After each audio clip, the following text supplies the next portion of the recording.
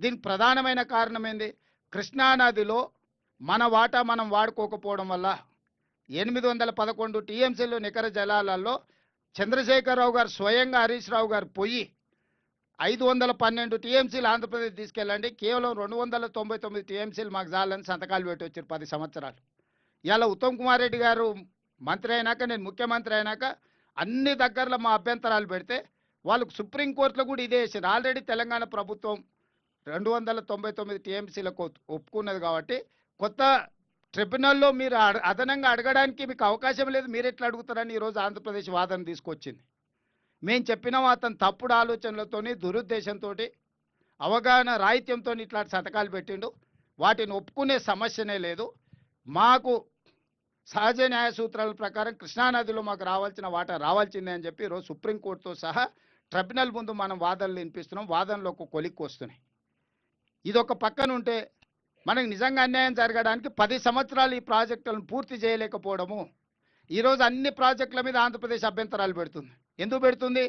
అసంపూర్తిగా ఉన్నాయి కాబట్టి అభ్యంతరాలు పెట్టారు, పనులు చేయొద్దని. 10 సంవత్సరాలు అగ్రెసివ్గా డే నైట్ మనం కంప్లీట్ చేసుకుంటే కృష్ణానది మీద నుంచి మనం దాదాపుగా 500 టీఎంసీలు వాడుకోవడానికి అన్ని ప్రాజెక్టులు పూర్తి అయి ఉండేటివి.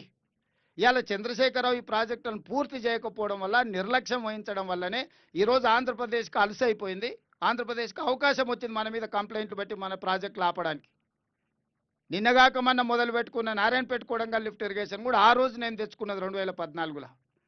దాన్ని కూడా 69 జీవో ఇక్కడున్న మిత్రులందరికీ తెలుసు. ఎన్ని ఉద్యమాలు చేసినాం. నికర జలాలతోని తెచ్చుకున్న ప్రాజెక్టును కూడా కనీసం దాన్ని ప్రారంభించాలన్న సోయి కూడా ఆనాటి ప్రభుత్వానికి లేకపోయింది. ఈ నేపథ్యంలో మనకు అత్యంత తక్కువ ఖర్చుతోటి, భారతదేశంలో ఇంత తక్కువ ఖర్చుతోని 30 టీఎంసీల నీళ్లు తీసుకెళ్లడానికి ఎక్కడా ప్రాజెక్టు లేదు. ఇది మామూలు సందర్భంలోనే 30 టీఎంసీలు. ఈ 2 సంవత్సరాలు కాంగ్రెస్ ప్రభుత్వం వచ్చిన తర్వాత వస్తున్న వర్షాలకు, వరదలకు మనం ఎంత కావాలంటే అంత తీసుకొని పోవచ్చు. వాళ్ళకు పోతిరెడ్డిపాడు ఎట్లనో దానికి ప్రత్యామ్నాయం అంతకంటే మంచి ప్రాజెక్టు ఈరోజు ఎస్ఎల్బిసి టనెల్. అట్లాంటి ప్రాజెక్టును కూడా పూర్తి చేయలే. మేము వచ్చి పనులు మొదలు పెట్టినాం. కొంత దూరం కదిలిన తర్వాత ఊహించని ప్రమాదం జరిగి 8 మంది కార్మికులు చనిపోయారు. మాకందరికి బాధ ఉంది. ఒక మనిషి ప్రాణం విలువ మాకు తెలుసు.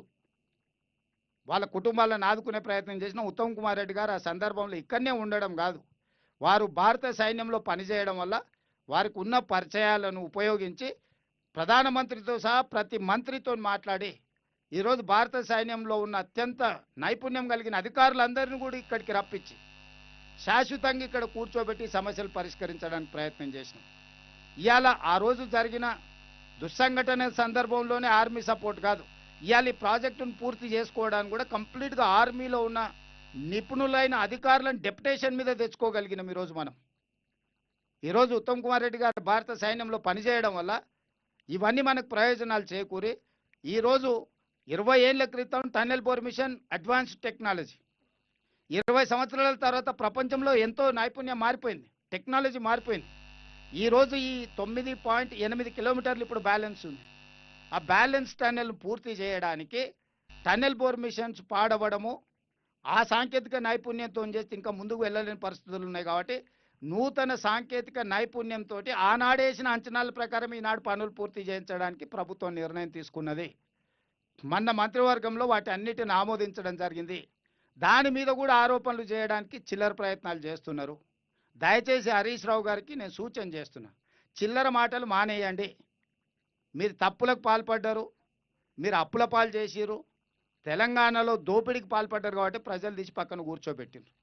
ఇప్పుడైనా కనీసం వారు నల్గొండ జిల్లాకు ప్రాతినిధ్యం వహిస్తూ నేను మహబూబ్నగర్ జిల్లాకు ముఖ్యమంత్రిగా నేను, సాగునీటి పారుదల శాఖ మంత్రిగా వారు, కోమటిరెడ్డి గారు ఉండి మా జీవితకాలం తరతరాలుగా మాకు ఉపయోగపడే ప్రాజెక్టును మేము పూర్తి చేయకపోతే ఈ ప్రాంత ప్రజలు మమ్మల్ని క్షమిస్తారా? ఈ ప్రజలకు ఈ ప్రాజెక్టును పూర్తి చేయకపోతే మాకు ఈ అధికారం ఉండి ప్రయోజనం ఏమైనా ఉందా? కాబట్టి వాళ్ళు ఎలాంటి చిల్లర మల్లర మాటలు మాట్లాడి ఏం ఆరోపణలు చేసినా నిలబడి ఎదుర్కోదలుచుకున్నాము. ఈ ప్రాజెక్టును పూర్తి చేయదలుచుకున్నాము. ఈరోజు అందరినీ ప్రపంచంలో ఉండే ప్రతి పరిజ్ఞానాన్ని టన్నెల్ బోర్ మిషన్ బేరింగ్ పోతే వెంకటరెడ్డి గారిని అమెరికాకు పంపించండి. నా కంపెనీతో మాట్లాడి ఎంబడే ఆ బేరింగ్ తీసుకొని వచ్చి పనులు ఆ బేరింగ్ తెచ్చి ఫిట్ చేసి పని మొదలు పెడితే కొంచెం దూరం పోగానే మళ్ళీ ఒక సమస్య వచ్చింది.